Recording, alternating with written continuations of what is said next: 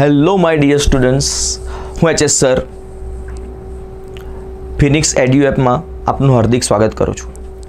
આજે આપણે ડિસ્કસ કરવાના છે કે TDS2 ટીચર ડિસ્કશન સેક્શન 2 એના ક્વેશ્ચન્સ પરમાણુય બંધારણના ગુજરાતી માધ્યમના. ઓકે, તો શરૂઆત કરીએ ક્વેશ્ચન નંબર 1 થી કે hydrogen, helium plus Li plus અને Be+3 પ્રથમ કક્ષાની ત્રિજ્યા અનુક્રમે કઈ છે બેટા? R1, R2, R3 અને R4 હોય તો તેમનો સાચો ઘટતો ક્રમ જણાવો. શેની વાત ચાલે છે? ત્રિજ્યાની વાત ચાલે છે. ત્રિજ્યાનું બેટા સૂત્ર આપણને ખબર છે કે Rn બરાબર 0.53 ઇન્ટુ n² z અને આ ત્રિજ્યા આપણને શેમાં જોવા મળશે બેટા? એંગસ્ટ્રોમમાં જોવા મળશે. એમાં જોવા મળશે એંગસ્ટ્રોમમાં જોવા મળશે. ક્લિયર? સમજણ પડે છે? એનો મતલબ થયો શું કે જેમ જેમ ઝેડનું મૂલ્ય બેટા કેવું જોવા મળશે? વધતું થયેલું જોવા મળશે. ક્લિયર? તેમ તેમ રેડિયસ જે છે એ તમને કેવી જોવા મળે? ઓછી જોવા મળે. કેવી જોવા મળશે? આપણને ઓછી જોવા મળે છે. ક્લિયર? તો અહીં આપણને જોઈને જ બેટા ખબર પડી જાય છે કે અહીંયા હાઇડ્રોજનની વાત કરીએ, હિલિયમની વાત કરીએ, લિથિયમની વાત કરીએ. હાઇડ્રોજનનો ઝેડનું મૂલ્ય પરમાણુ ક્રમાંક કેટલો છે બેટા? 1 છે. રાઈટ? હિલિયમનો કેટલો છે બેટા? 2 છે. લિથિયમનો 3 છે. બેરિલિયમનો બેટા મારી પાસે કેટલો છે? 4 છે. એમ એનો મતલબ થયો શું કે સૌથી વધારે ઝેડનું મૂલ્ય મારી પાસે કોનું છે? Be+3 નું છે. એટલા માટે સૌથી ઓછી ત્રિજ્યા કોની હશે બેટા? Be+3 ની હશે, એટલે R4 ની હશે.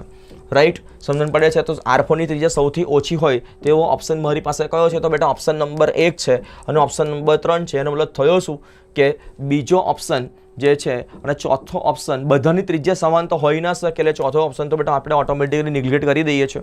રાઈટ? હવે વાત કરીએ સૌથી ઓછી ત્રિજ્યા R4 ની હોવી જોઈએ. અહીંયા કોની આપેલી છે આપણને? ઓકે, અહીંયા આપણને આપેલી છે R3, એટલે બીજો ઓપ્શન પણ આપણી પાસે અહીંયા નીકળી જાય છે. ડન. એના કરતાં વધારે ત્રિજ્યા કોની હશે? તો એના પરથી ઓછો પરમાણુ ક્રમાંક કોણ છે? લિથિયમ +2. લિથિયમ +2 માટે આપણે કયા સ્વરૂપે દર્શાવીએ છીએ બેટા? R3 સ્વરૂપે દર્શાવીએ છીએ. રાઈટ? તો સૌથી ઓછી બેટા કોની છે? R4.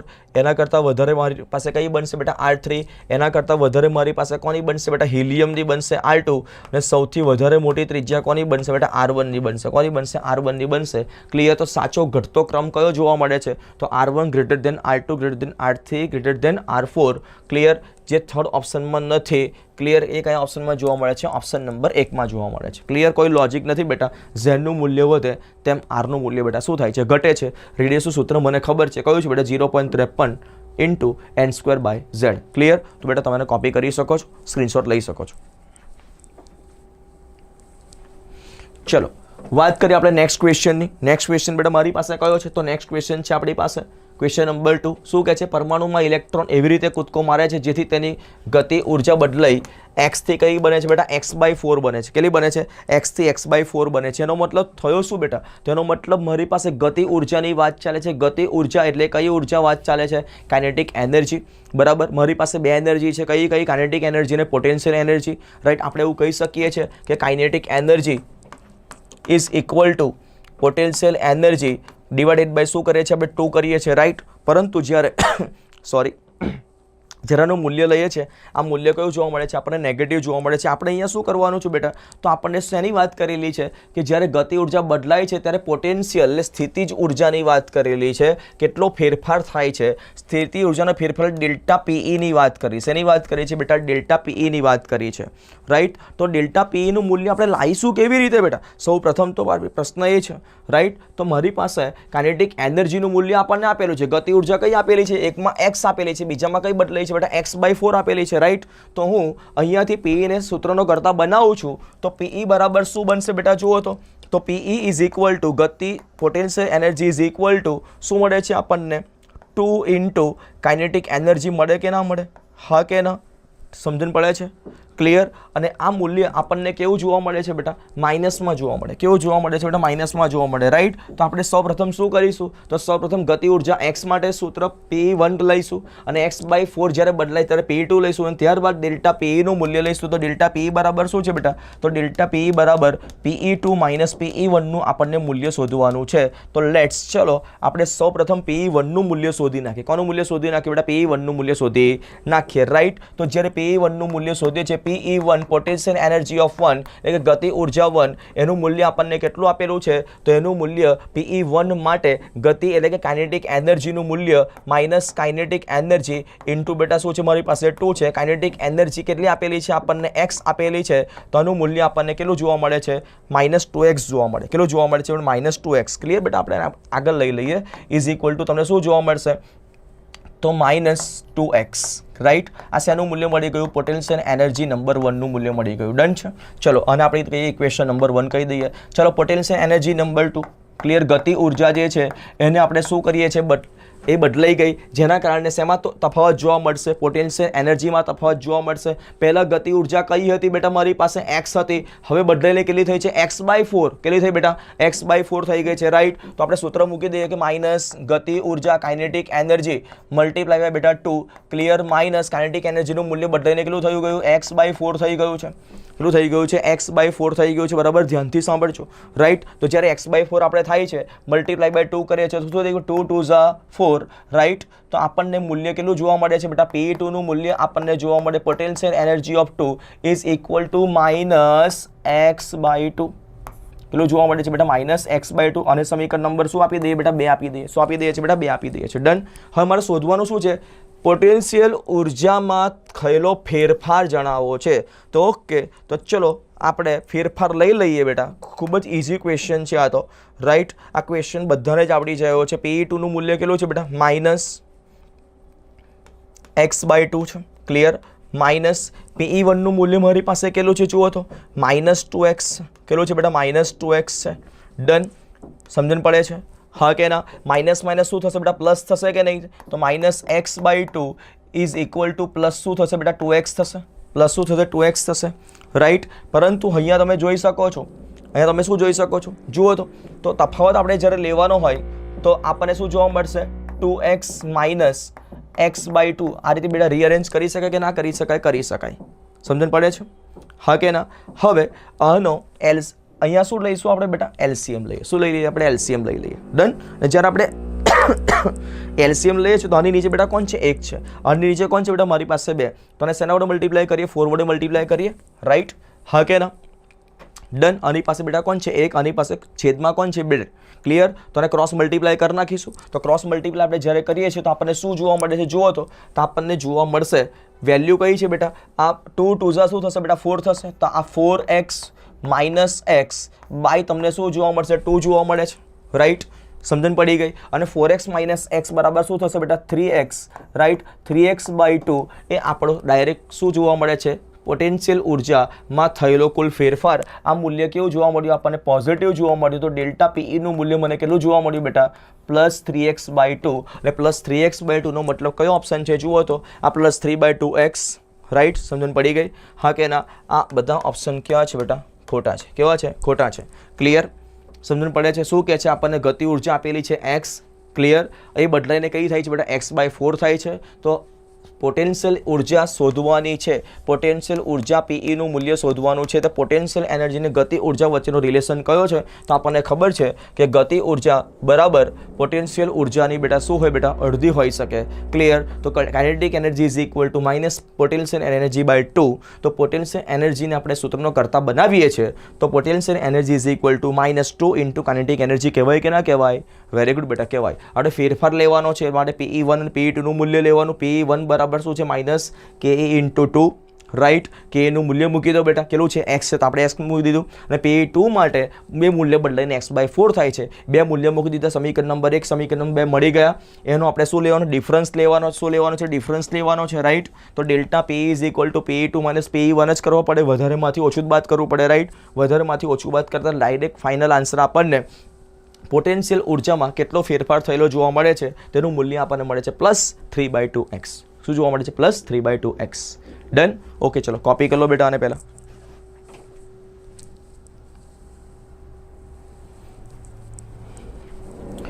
ચલો વાત કરીએ આપણે નેક્સ્ટ ક્વેશ્ચનની. નેક્સ્ટ ક્વેશ્ચન એટલે કયો ક્વેશ્ચન છે બેટા ઓકે હા કે He+ માટે ચોથી ને ત્રીજી બોહરની કક્ષા વચ્ચેનું બેટા શું જણાવવાનું છે અંતર જણાવવાનું છે. શેના માટે વાત ચાલે છે બોહરની કઈ કક્ષા ચોથી અને ત્રીજી કક્ષા વચ્ચેનું અંતર જણાવવાનું છે. અંતરનો મતલબ શું છે બેટા? રેડિયસની વાત ચાલે. શેની વાત ચાલે છે? રેડિયસની વાત ચાલે છે, રાઈટ. અને આપણને ખબર હોવી જોઈએ કે રેડિયસનું સૂત્ર કયું છે બેટા? તો RN is equal two 0.53 into n²/z. અને આ રેડિયસ એમાં જોવા મળે છે? આપણને એંગસ્ટ્રોમમાં જોવા મળે છે. એમાં જોવા મળે છે? આપણને એંગસ્ટ્રોમમાં જોવા મળે છે. ક્લિયર છે? હા કે ના? ડન. હવે આપણે ખજાના માટે જોવાનું છે જ્યાં n બરાબર ચોથી અને n બરાબર ત્રીજી માટે જોવાનું છે, જ્યાં હિલિયમ જે છે, હિલિયમનો પરમાણુ ક્રમાંક મારી પાસે કેટલો જોવા મળે છે બેટા? એની ધ્યાન રાખજો, હાઇડ્રોજન નથી, આ મારી પાસે કોણ છે? હિલિયમ છે. અને હિલિયમ માટે પરમાણુ ક્રમાંક 2 છે. ઇલેક્ટ્રોનની સંખ્યા મારે કેટલી લેવી પડશે બેટા? 2 લેવી પડશે, રાઈટ. બંને વચ્ચેનું મારે ડિસ્ટન્સ લેવાનું. શું લેવાનું છે બેટા? ડિસ્ટન્સ લેવાનું છે. R4 અને R3 વચ્ચેનું ડિસ્ટન્સ મારે જ્યારે બેટા શું કરવું હોય? માપવાનું હોય. એનો મતલબ થયો શું કે મારે અને આપણે શું કહી દઈશું બેટા? ચોથી ત્રિજ્યા માટે R4 કહી દઈએ અને ત્રીજી ત્રિજ્યા માટે શું કહી બેટા? R3 કહી દઈએ. અંતર શોધવાનું છે એટલે મારે શું જોવું પડે બેટા? તેનો બે વચ્ચેનો ડિફરન્સ શોધવાનો છે. આટલું ક્લિયર છે બધાને? હા કે ના? બસ. તો આપણી પાસે સૂત્ર છે, આપણી પાસે વેલ્યુ છે, રાઈટ. વેલ્યુ મૂકી દેવાની છે એટલે આપણો આન્સર આવી જશે. તો R4ની પહેલાં વાત કરીએ તો R4 બરાબર શું જોવા મળે છે? 0.53 મલ્ટીપ્લાય બાય n². n બરાબર કોણ છે મારી પાસે? ચોથી ત્રિજ્યા છે. એનનું મૂલ્ય મારી પાસે 4 છે એટલે આ 4નો વર્ગ થઈ જશે. અને ઝેડનું મૂલ્ય મારી પાસે અહીંયા 2 લેવાનું છે બેટા. ધ્યાન રાખજો, બરાબર. ઉતાવળ કરીને 1 લેતા નહીં, કેમ કે હિલિયમની વાત ચાલે છે, હાઇડ્રોજનની વાત ચાલતી નથી, રાઈટ. તો આનો આન્સર કેટલો જોવા મળશે? 0.53 મલ્ટીપ્લાય બાય 4નો વર્ગ બેટા 16 ભાગ્યા 2 એટલે આનો નિયર અબાઉટ આન્સર આપણને કેટલો જોવા મળે? 0.53 મલ્ટીપ્લાય બાય 8, રાઈટ. સમજણ પડે છે? અને 8 × 5 = 24, રાઈટ. અને 8 × 5 = 40 એટલે આપણો આનો આન્સર જે છે એ નિયર અબાઉટ આપણે જો જોતો હોય તો આપણને કેટલો જોવા મળશે? તો આપણને જોવા મળશે 4.24 સમથિંગ તમને આનો આન્સર જોવા મળશે, રાઈટ. અને આ આન્સર શેમાં જોવા મળશે બેટા? એંગસ્ટ્રોમમાં જોવા મળશે. શેમાં જોવા મળશે? એંગસ્ટ્રોમમાં જોવા મળશે, રાઈટ. 4.24 એંગસ્ટ્રોમ. કેમ? 8 × 24, રાઈટ. 8 × 5 = 40 અને ઉપર કેટલા હતા બેટા? 2 હતા, તે 40 42 થઈ ગયા, રાઈટ. એટલે 4.24 જેટલો આપણને આન્સર જોવા મળશે. આ થઈ ગયા રેડિયસ નંબર 4. હવે રેડિયસ નંબર કોની? ત્રીજી કક્ષાની જોવાની છે. કોની જોવાની છે? ત્રીજી કક્ષાની રેડિયસ શોધવાની છે. ત્રીજી કક્ષાની રેડિયસ શોધવા માટે મારે R3 કરવા પડશે. તો R3 ઇઝ ઇક્વલ ટુ બેટા શું કરવું પડશે? 0.53 ગુણ્યા n નો વર્ગ એટલે 3નો વર્ગ કેટલા થશે? 9 થશે. અને અમારી પાસે છે બેટા કોણ? 2. કેટલા છે મારી પાસે? 2. હિલિયમની જ વાત ચાલે છે, હાઇડ્રોજનની વાત ચાલતી નથી. આન્સર તમને શેમાં જોવા મળશે? એંગસ્ટ્રોમમાં જોવા મળશે. આનું મૂલ્ય જુઓ તો કેટલું જોવા મળે બેટા? 0.53 ગુણ્યા 9 ભાગ્યા 2 એટલે 9 ભાગ્યા 2 બરાબર કેટલા થાય બેટા? 4.5 થાય, રાઈટ. એટલે 0.53 ગુણ્યા 3નો વર્ગ 9 ભાગ્યા 2, યસ. એટલે 4.5 આપણને જોવા મળશે ઇન્ટુ એંગસ્ટ્રોમ જોવા મળશે, રાઈટ. એટલે તમે જ્યારે 4.5 અને 0.53 બેટા મલ્ટીપ્લાય કરશો તો આપણને આનો લગભગ આન્સર કેટલો જોવા મળશે? 2.385 જેટલો આન્સર જોવા મળશે. એ પણ શેમાં જોવા મળશે? એંગસ્ટ્રોમમાં જોવા મળશે. શેમાં જોવા મળશે? એંગસ્ટ્રોમમાં જોવા મળશે, રાઈટ. હવે આપણે શું પૂછ્યું? R4 મળી ગયા છે, મને શું મળી ગયા છે? R3. આપણે શું શોધવાનું છે? ડેલ્ટા આરનું મૂલ્ય શોધવાનું છે. તો ડેલ્ટા આર બરાબર શું જોવા મળે? તો ડેલ્ટા આર બરાબર રાઈટ શું જોવા મળશે બેટા? R4 માઇનસ શું કરવાના છે બેટા? R3 કરવાના છે. કેમ કે વધારે ત્રિજ્યા કોની છે? ચોથાની છે. ઓછી કોની છે? ત્રીજાની છે. તો R4નું મૂલ્ય કેટલું છે બેટા? 4.24 છે. માઇનસ મારી પાસે કોણ છે? 2.385. ક્લિયર. એંગસ્ટ્રોમને આપણે શું લઈએ? કોમન લઈ લઈએ. શું લઈ લઈએ છે? કોમન લઈ લઈએ છે, રાઈટ.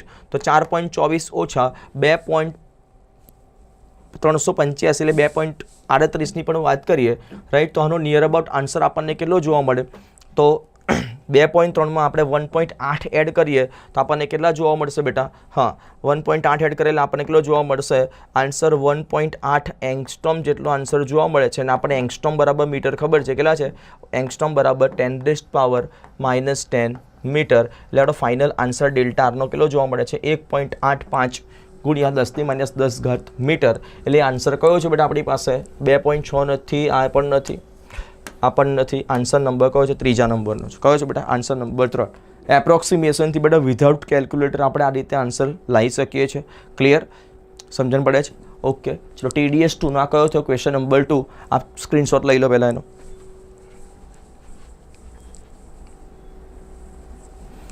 ચલો વેરી ગુડ. હવે વાત કરીએ ક્વેશ્ચન નંબર 4. શું કહે છે કે X તત્વનું પરમાણુ ક્રમાંક Xની આસપાસ ચોથી કક્ષાએ હાઇડ્રોજન પરમાણુની પ્રથમ કક્ષામાં સમાઈ જાય છે. Oh my goodness. ક્વેશ્ચન શું છે? X તત્વના કયા પરમાણુ ક્રમાંક માટે Xની આસપાસની ચોથી કક્ષા એ હાઇડ્રોજન પરમાણુની પ્રથમ બોહરની કક્ષામાં શું થાય છે બેટા? સમાઈ જાય છે. ક્લિયર? તો આમાં બેટા મારે કરવાનું શું છે? આમાં આપણે કશું કરવાનું નથી, રાઈટ? આપણને કઈ કઈ વસ્તુ આપેલી છે આપણે એની વાત કરીએ તો આપણને સૌપ્રથમ વસ્તુ આપેલી છે કે પ્રથમ કક્ષા. કઈ કક્ષા આપેલી છે? પ્રથમ બોહરની કક્ષામાં સમાઈ જાય છે. ક્લિયર? તો પ્રથમ બોહરની કક્ષા માટે રેડિયસનું સૂત્ર કયું છે બેટા? તો રેડિયસનું સૂત્ર મને ખબર છે કે હાઇડ્રોજન માટે. શેના માટે? ઓકે, હાઇડ્રોજન માટે પ્રથમ બોહરની કક્ષા R1નું મૂલ્ય આપણને કેટલું મળે છે? 0.53 બરાબર. n² બાય શું તમને જોવા મળે? Z જોવા મળે છે. એ પણ એંગસ્ટ્રોમમાં જોવા મળશે, રાઈટ? જ્યાં એનનું મૂલ્ય આપણે R1 માટે 1 લઈ લઈએ તો 0.53. ક્લિયર? આનો 1. અને આ મારી પાસે સોરી બેટા હાઇડ્રોજનની વાત ચાલે છે. શેની વાત ચાલે છે? હાઇડ્રોજન. આ Z છે. આ કોણ છે? મારી પાસે Z છે. ક્લિયર? આને Z તરીકે કન્સિડર કરવાનો છે તો આનું મૂલ્ય આપણને 1/2. ક્લિયર? આ મારી પાસે 1 એંગસ્ટ્રોમ છે. એટલે રેડિયસ 1 જે છે એનું મૂલ્ય આપણને કેટલું મળી ગયું? 53 મળી ગયું. કેટલું મળી ગયું? 53 એંગસ્ટ્રોમ મળી ગયું. ક્લિયર? આટલું મૂલ્ય થવું જોઈએ. ક્લિયર? શેના માટે? ચોથી કક્ષા માટે. કઈ કક્ષા માટે? ચોથી કક્ષા માટે. ઓકે, તો આપણને પૂછ્યું છે શું બેટા? R4 આપણને આપેલા છે તો R4 બરાબર 0.53 આપેલા છે. ક્લિયર? મલ્ટીપ્લાય બાય એનનું મૂલ્ય મારી પાસે 4 છે એટલે 4નો વર્ગ બેટા કેટલો થશે? મારી પાસે 16. ત્યારે મારે પરમાણુ ક્રમાંક શોધવાનો છે એટલે કે ઝેડનું મૂલ્ય મારે શોધવાનું છે. ત્યારે આ બંનેનું મૂલ્ય R1 બરાબર શું થાય બેટા? R1 બરાબર R4 કેવું થવું જોઈએ? સમાન થવું જોઈએ. કેવું થવું જોઈએ બેટા? સમાન થવું જોઈએ. ક્લિયર? તો R1 બરાબર R4. R1નું મૂલ્ય મારી પાસે કેટલું છે? જુઓ તો 0.53 એંગસ્ટ્રોમ છે. ક્લિયર? હવે મારી પાસે Z કેવી વસ્તુ મૂકીએ તો જેના કારણે 4નો વર્ગ મને કેટલો જોવા મળે બેટા? 16 જોવા મળે, રાઈટ? જે આપણને શું થયેલું જોવા મળશે? એનું મૂલ્ય 1 થયેલું જોવા મળે. કેટલું જોવા મળે? આપણને 1 જોવા મળે, રાઈટ? તો જુઓ અહીંયા 3 મૂકી દઈએ તો 16/3 કરીશું તો પણ આન્સર આપણને 0.53 નહીં મળે, 1 નહીં મળે. ક્લિયર? એટલે પહેલો ઓપ્શન નથી, રાઈટ? હવે Z બરાબર આપણે મૂકીશું 4. ક્લિયર? તો 16/4 કરીએ તો આપણને આન્સર કેટલો મળશે બેટા? 1ના છેદમાં આપણને શું જોવા મળશે? તો આપણને આગળ 4 જોવા મળશે, રાઈટ? તો 4 × 0.53 એંગસ્ટ્રોમ જોવા મળશે. આપણે ખાલી કેટલો લાવવાનો છે આન્સર? 0.53 એંગસ્ટ્રોમ લાવવાનો છે એટલે 4 પણ ઓપ્શન નથી, રાઈટ? અને Z બરાબર જો આપણે 16 મૂકીએ છીએ, શું મૂકીએ છીએ બેટા? 16 મૂકીએ છીએ ત્યારે 16/16 બરાબર આપણને આન્સર કેટલો મળશે? 1 મળે છે, રાઈટ? અને ત્યારે આપણને આન્સર કેટલો જોવા મળશે? 0.53 એંગસ્ટ્રોમ જોવા મળે છે. એનો મતલબ થયો શું કે જ્યારે Z બરાબર, હું અહીંયા પેનનો કલર ચેન્જ કરું છું, ધ્યાનથી જોજો. આ 0.53 એઝ ઇટ ઇઝ છે. Multiply by 16. ઝેડનું મૂલ્ય આપણે કેટલું મૂકીએ? 16 મૂકીએ ત્યારે આપણને ઓવરઓલ વેલ્યુ કેટલી જોવા મળે છે બેટા? 1 થયેલી જોવા મળે છે. આથી આપણને R4નું મૂલ્ય શેના જેટલું જોવા મળે છે બેટા? R1 જેટલું જોવા મળે છે ને એ પણ કેટલું જોવા મળે? 0.53 એંગસ્ટ્રોમ જોવા મળે છે. ક્યારે? કે જ્યારે Z બરાબર મારી પાસે કેટલા હોય બેટા? 16 હોય. કેટલા હોય? 16 હોય. તો એનો કરેક્ટ આન્સર કયો છે બેટા? 16 છે, 25 પણ ના આવે. ક્લિયર? સમજણ પડી ગઈ? ચલો બેટા આનો સ્ક્રીનશોટ લઈ શકો છો તમે.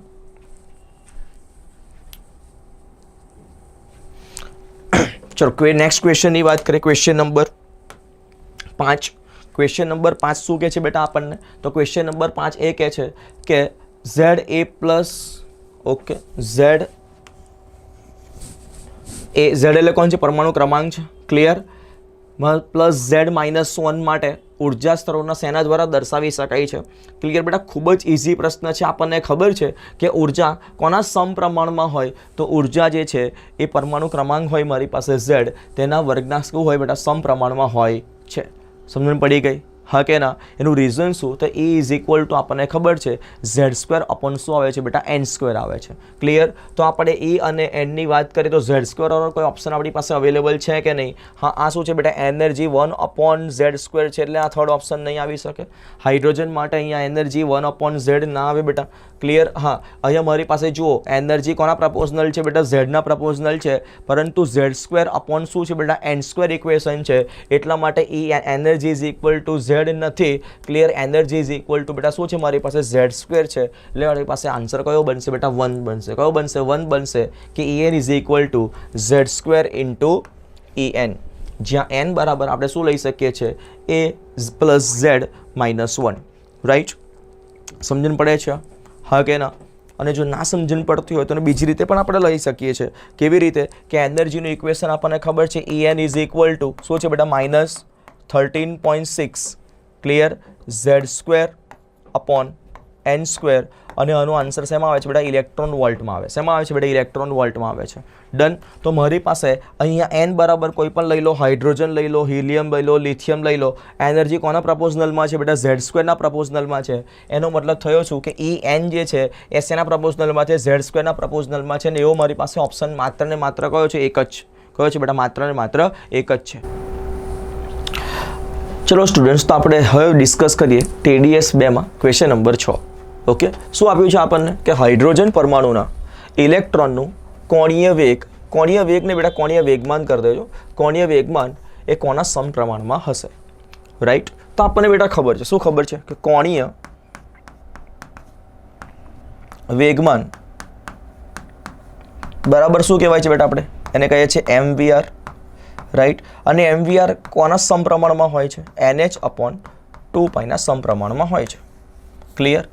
તો આપણે કોણીય વેગમાનને કોની જોડે સરખાવવો પડશે? તો રાઈટ હેન્ડ સાઈડમાં જો મારી પાસે કોણ છે? h, એ પણ અચળ વેલ્યુ છે, અને પાઈ એ પણ કઈ વેલ્યુ છે બેટા? આપણી પાસે અચળ વેલ્યુ છે. રાઈટ? તો આપણે એને n સાથે સરખાવીશું.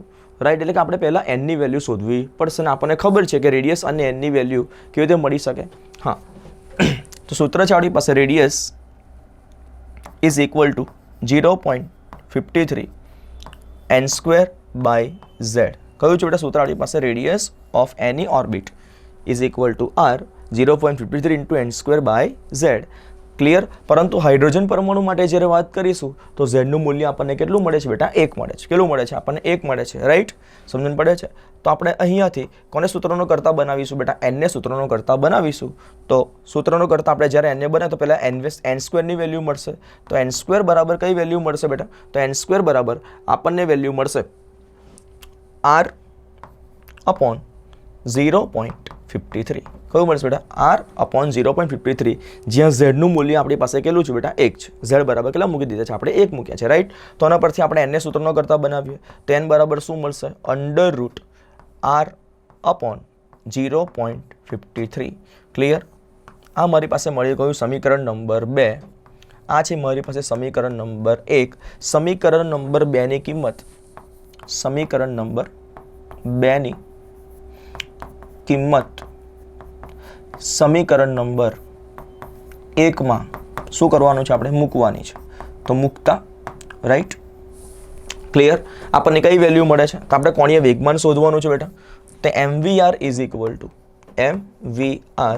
ઇક્વલ ટુ n નું મૂલ્ય આપણે કેટલું મૂકવાનું છે બેટા? તો n બરાબર છે √r અપોન 0.53. તો મૂકીશું બેટા √r upon 0.53. Right? Into h upon શું છે બેટા? 2π.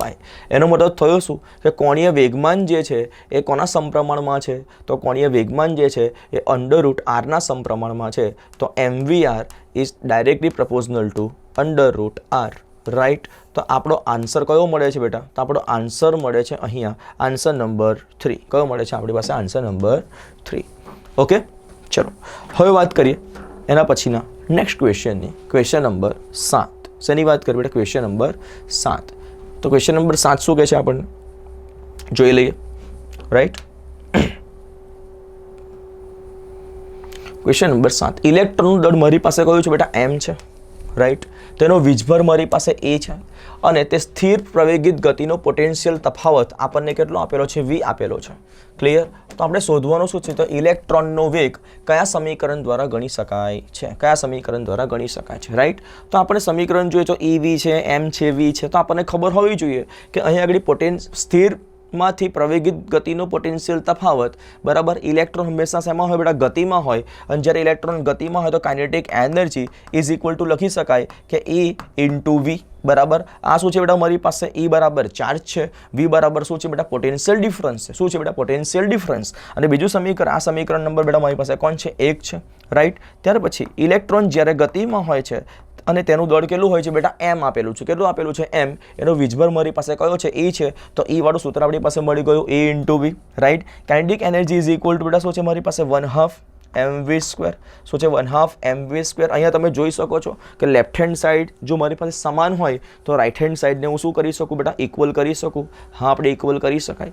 રાઈટ. તો જો આપણે 1 અને 2 ને રાઈટ હેન્ડ સાઈડને ઇક્વલ કરીએ છીએ તો આપણને સમીકરણ કયું મળે છે બેટા? તો સમીકરણ મળશે EV is equal two 1/2 mv square. કયું મળે છે બેટા? EV is equal two 1/2 mv square. Right. હવે આપણે અહીંયાથી v સ્ક્વેર આપણે વેગ જોઈએ છે. શું જોઈએ છે બેટા? વેગ જોઈએ છે. તો વેગ માટે પહેલાં શેની વેલ્યુ લેવાની છે? v સ્ક્વેરની વેલ્યુ શોધીશું અને ત્યારબાદ શેની વેલ્યુ શોધીશું? v ની. રાઈટ. તો શું કરવાનું? તો કશું નહીં, મલ્ટિપ્લિકેશન કરો બેટા, ક્રોસ મલ્ટિપ્લિકેશન. તો 2EV is equal two mv square. Right. માટે v square is equal two શું મળશે બેટા? 2EV છેદમાં શું મળશે બેટા? m મળશે. રાઈટ. તો આ વી સ્ક્વેરની વેલ્યુ મળી ગઈ. પરંતુ વી સ્ક્વેરની વેલ્યુ નહીં, આપણે વેગની વેલ્યુ જોઈએ છે. તો v ઇઝ ઇક્વલ ટુ શું મળે છે બેટા? તો √2EV બાય m. એટલે કે આ સમીકરણ દ્વારા આપણે શું શોધી શકીએ છીએ? ઇલેક્ટ્રોનનો વેગ શોધી શકીએ છીએ. રાઈટ. તો અહીંયા આન્સર આપણને કયો જોવા મળે છે? તો આ છે v બાય m, તો નહીં આવે. √EV બાય m ના આવે. કયો આવશે બેટા? C ઓપ્શન છે, √2EV બાય m. ક્લિયર? સમજણ પડે છે? આ થયો બેટા આપણી પાસે ક્વેશ્ચન નંબર 7. નેક્સ્ટ ક્વેશ્ચનની વાત કરીએ. ક્વેશ્ચન નંબર 8 શું કહે છે કે ઇલેક્ટ્રોન અને એજી ધાતુની સપાટી વચ્ચેના આકર્ષણ દળોને દૂર કરવા માટે, આકર્ષણ દળોને એકચ્યુઅલી બળ છે, આકર્ષણ બળો આવશે, આકર્ષણ બળોને દૂર કરવા માટે ન્યૂનતમ ઉર્જા આપણને આપેલી છે. કઈ ઉર્જા આપણને આપેલી છે બેટા? ન્યૂનતમ ઉર્જા આપેલી છે. એ શેમાં આપેલી છે આપણને? ન્યૂનતમ ઉર્જાને આપણે શું કહીશું બેટા? થ્રેશોલ્ડ એનર્જી તરીકે આપણે ઓળખવામાં આવે છે. એનું મૂલ્ય આપણને કેટલું આપેલું છે? તો 5.52 ગુણ્યા 10⁻⁹ જૂલ આપણને વેલ્યુ આપેલી છે. તો એજીમાંથી બહાર નીકળેલા ઇલેક્ટ્રોનની મહત્તમ ગતિ ઉર્જા કેટલી હશે? ગતિ ઉર્જા એટલે આપણે શોધવાનું શું છે બેટા? કાઇનેટિક એનર્જી આપણે શોધવાની છે. શું શોધવાની છે? કાઇનેટિક એનર્જી શોધવાની છે. રાઈટ. ક્લિયર? ચલો. તો એના માટે શું આપ્યું છે કે જે લેમ્બડા ઇઝ ઇક્વલ ટુ 360 એંગસ્ટ્રોમના યુવી પ્રકાશના સંપર્કમાં આવેલ છે. ઓકે. તો પેલા ક્વેશ્ચન સમજી લઈએ કે બેટા મારી પાસે કોણ છે? આ સિલ્વરની ધાતુની પટ્ટી છે. કઈ પટ્ટી છે બેટા? સિલ્વરની ધાતુની પટ્ટી છે. રાઈટ. અહીંયા મારી પાસે કોણ છે બેટા? ઇલેક્ટ્રોન્સ. શું છે બેટા? આ રીતે ઇલેક્ટ્રોન્સ આપણી પાસે સિલ્વરની ધાતુની પટ્ટી પર કોણ છે બેટા? છવાયેલા છે. રાઈટ. હવે એમાં શું કરીએ છીએ આપણે? લેમ્બડા ઇઝ ઇક્વલ ટુ, લેમ્બડાની જ્યારે વાત કરીએ છીએ તો આની ઇન્સિડન્ટ રેઝ જે છે એનો લેમ્બડાની વેલ્યુ કેટલી આપેલી છે આપણે? 360 એંગસ્ટ્રોમ આપેલી છે. કેટલી આપેલી? 360 એંગસ્ટ્રોમ આપેલી છે. રાઈટ. તો અહીંયાથી ઇલેક્ટ્રોન શું કરશે બેટા? ઇલેક્ટ્રોન તરત જ શું કરશે બેટા? રિમૂવ થશે. કોની સપાટી પરથી? સિલ્વરની સપાટી પરથી બેટા શું થશે? ઇલેક્ટ્રોન દૂર થશે. રાઈટ. તો સૌ પ્રથમ આપણે શું કરવું પડે? તો સૌ પ્રથમ આપણે થ્રેશોલ્ડ એનર્જી જ્યારે આપેલી હોય અને કાઇનેટિક એનર્જી જ્યારે શોધવાની હોય તો આપેલા તરંગ લંબાઈવાળા વિકિરણની આવૃત્તિ અને લેમ્બડાના મૂલ્ય પરથી શું શોધી શકાય છે બેટા? ઉર્જાનું મૂલ્ય શોધી શકાય. શું શોધી શકાય છે? ઉર્જાનું મૂલ્ય શોધી શકાય છે. રાઈટ. તો ઉર્જાનું મૂલ્ય એ શેના માટે? 360 એંગસ્ટ્રોમ માટેની વેલ્યુ આપણે શોધવી હોય તો E ઇઝ ઇક્વલ ટુ શું મળશે બેટા? hc upon lambda. શું મળે છે? E is equal two hc upon lambda. જ્યાં એચનું મૂલ્ય આપણને ખબર છે કેટલું છે બેટા? 6.636 ગુણ્યા 10⁻⁴. આનો એકમ કયો છે બેટા? જૂલ ઇન્ટુ સેકન્ડ છે. રાઈટ. સીનું મૂલ્ય કેટલું છે બેટા? પ્રકાશની ગતિ છે 3 ગુણ્યા 10⁸ મીટર પર સેકન્ડ છે. રાઈટ, અને છેદમાં લેમ્ડાની વેલ્યુ આપણને એંગસ્ટ્રોમમાં આપેલી છે, આપણે એંગસ્ટ્રોમમાંથી શેમાં કન્વર્ટ કરી દઈએ, મીટરમાં, તો આની વેલ્યુ કેટલી મળશે, તો 360 ગુણ્યા 10⁻10 આપણને શું મળે છે, મીટર મળે છે, રાઈટ. આ મીટર કેન્સલ, સેકન્ડ અને સેકન્ડ ઇન્વર્સ કેન્સલ, આપણને આન્સર શેમાં મળશે, આપણને જૂલમાં મળશે, રાઈટ. આ છે મારી પાસે 3 12 36, રાઈટ, અને જ્યારે -10 ઉપર જશે +10 થશે, રાઈટ. તો આપણને જવાબ કેટલો મળે છે બેટા, તો આપણને અહીંયા જવાબ મળશે 0. કેટલો મળશે બેટા, 0.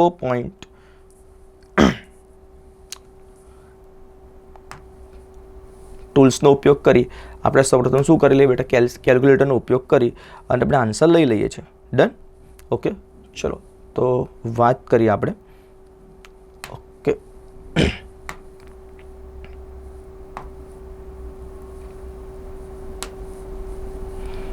Calculator, right. આપણી પાસે બેટા કોણ આવી ગયું છે, કેલ્ક્યુલેટર આવી ગયું છે. ડન. આપણે શેની વેલ્યુ જોઈએ છે, આપણને વેલ્યુ જોઈએ છે કોની બેટા, 6.6 મલ્ટીપ્લાય બાય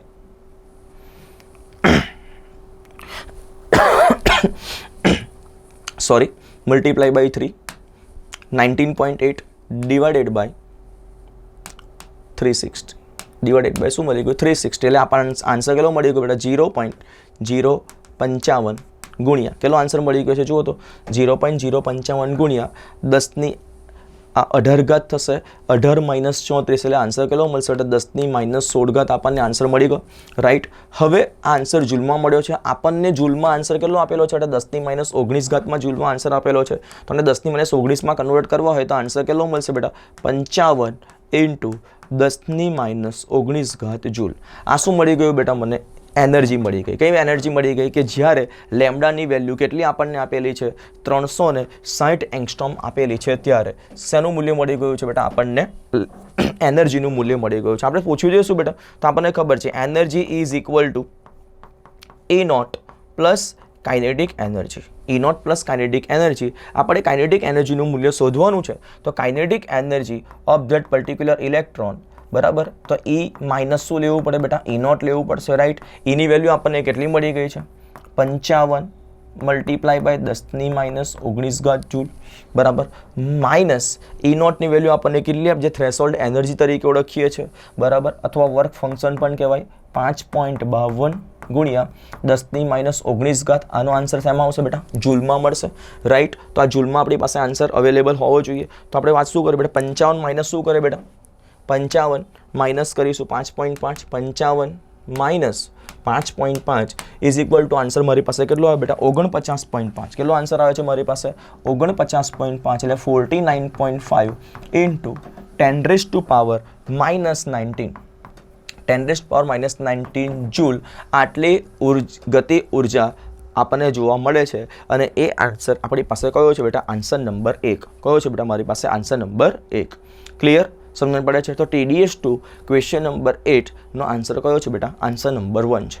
ઓકે, કોપી કરી શકો છો, રાઈટ. તમે સ્ક્રીનશોટ પણ લઈ શકો છો પોતાના રેફરન્સ માટે.